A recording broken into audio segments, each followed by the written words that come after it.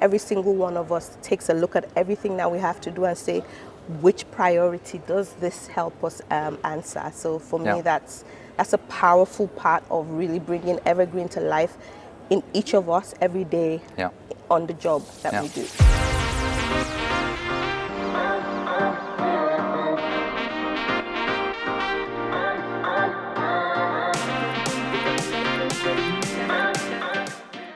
Nkechi, thanks for making time and having this chat with me. As discussed, we're going to have a chat about also the talent management and everything that's happening within your scope, but also within Heineken.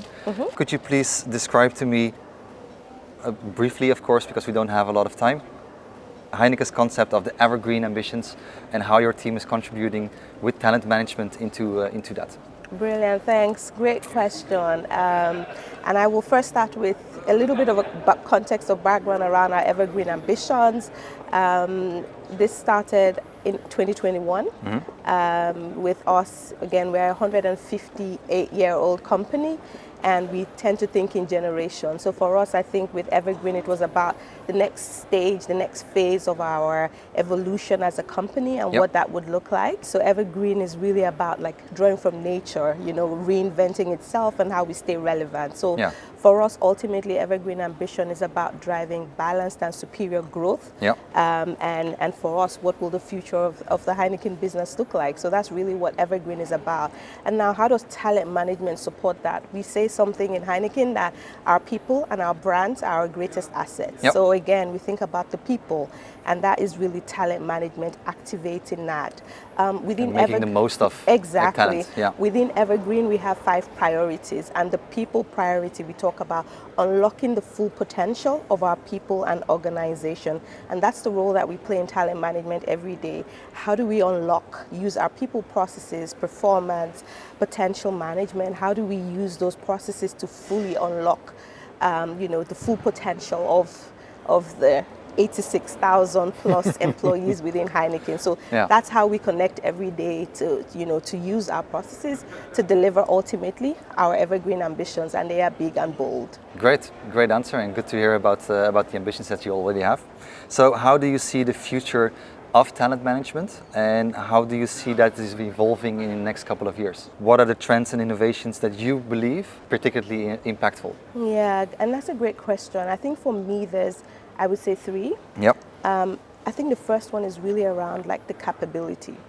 And we talk about this from our people function, so our HR departments as we know them, but also our ultimately the people who lead in the front with talent management, which are our line managers, people managers, however you might call it within your organization. And I think for me, that's the first thing. It's that how do we build that capability? How do they really understand what it takes to support and drive talent management? Because they are at the forefront of that. So HR business partners and our line managers or people managers, as we call them within Heineken. So I think for me, that's a big trend with that in all the things that are coming up and the changes that we're seeing within that space. How do we make sure those 2 groups of people stay on top of all of those changes? I think a big trend that we're starting to see is now the push for career management. And internal like mobility, because before it used to be the organization that we're at the forefront of. We need to give fulfilling career experiences, and now we actually see that it's the employees kind of like, what does this mean? How do you support my career? What does this mean for me next? So I think that shift that we're starting to see is a big trend, and it's becoming a big part of the employee value proposition. How do we manage careers? How do we provide, you know, visibility of our, you know, internal mobility? What's next for me? How do I know? Big subject. It is a big trend, and I think getting organizations that are able to get ahead of that, I think would be well positioned to really, again, to the so what. It's really in service of reaching your financial, you know, ambitions, etc. And I think the last thing that I see is a big part of, we talk about UX, right? User experience. And for us, the flip within talent management is employee experience. With the processes that we have, our traditional BAU, performance management, career conversations, etc. What is the experience of your audience, your end users, employees, the line managers, through your people processes? I think the more agility and the more I think, easier that experience is. Yeah. That would be a big part of talent management, I think, over the next couple of months. So for me, those are the three big things. And do you have those three things already working on within your scope, or are you already including that within your strategy for the next couple of years? Yeah, for sure. Those are, for me, they're external trends that we're sort of seeing, and for us, we're trying to stay on top of those things and bear that in mind. So for us, talent management is a strategic capability within Heineken, and we continue to keep an eye on those for our audiences. But also, I think internally, it's also about like embedding and continuous improvement with our processes. So that's also something that I'm keeping my eye on within the processes that I oversee. So what role do you see employees playing in scaling up the Evergreen Ambitions within Heineken? Yeah, that's a great question. And I think it boils down to, how would we say, we always say your strategy is top down, but the results come kind of like bottom up, right?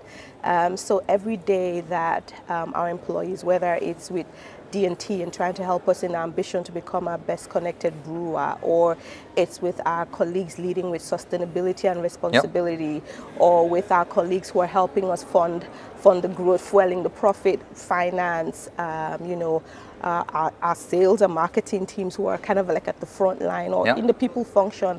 Ultimately, every day, everybody in achieving their individual objectives, that collective agreement is in service of our Evergreen ambition. So I think every day, and we do that in terms of like linking our individual objectives to each of our Evergreen priorities. And that's, for me, is the magic of how we actually make it happen, because every single one of us takes a look at everything that we have to do and say, which priority does this help us answer? So for me, that's a powerful part of really bringing Evergreen to life in each of us every day on the job that we do.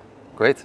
Sounds like an amazing topic within Heineken, and that you really care about, and something that is really strategically embedded also in the organization. We are in a continuous journey with our Evergreen ambitions, and very proud of the progress that we're making every year. So my last question, how do you recommend diversity and inclusion that is approached when you are incorporating freelancers within an organization or in talent management?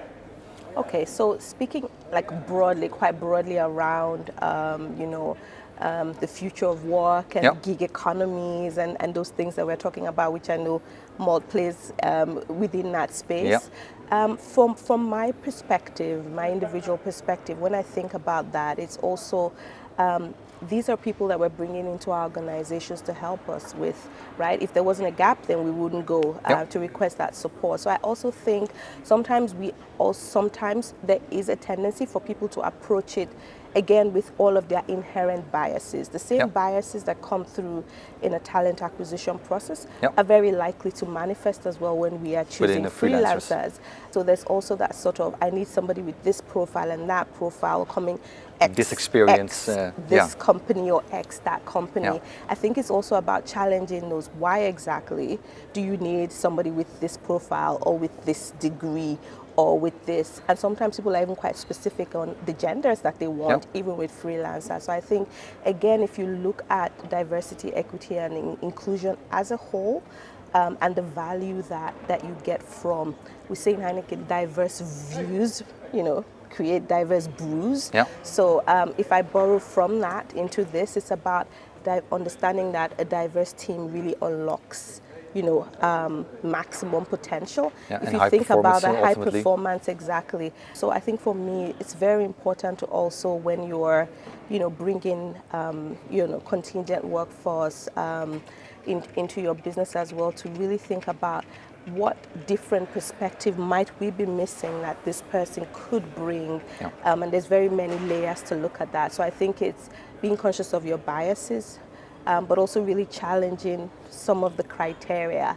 Are they really necessary? Are they really needed? Or do I trust, the providers that I'm working with, to help me with that? Great to hear, and awesome to see how you are thinking about the subject and also are really incorporating that also within your own ambitions. So cool. Thanks a lot for your time. Thank you.